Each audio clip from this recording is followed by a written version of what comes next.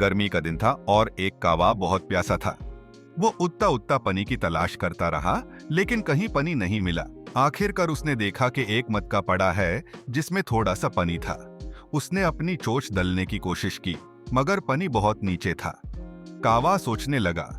फिर उसने छोटी छोटी कंकारियां उठाकर मटके में दलनी शुरू की। धीरे धीरे पनी ऊपर आ गया और कावे ने अपनी प्यास बुझाई। इस कहानी का सबक ये है कि अकाल और मेहनत से हर मुश्किल का हल मिल सकता है।